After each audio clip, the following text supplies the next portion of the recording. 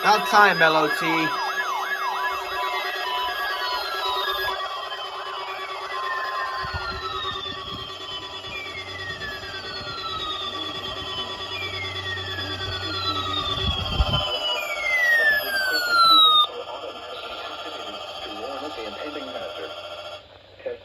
Receivers by this system are normally conducted by the National Weather Service every Wednesday between 11 a.m. and noon.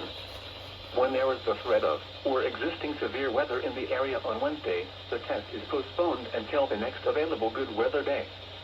The warning alarm, transmitted over National Weather Service radio stations in north central and northeast Illinois, will be activated for watches and/or warnings affecting all counties in north central and northeast Illinois, as well as counties in far northwest Indiana.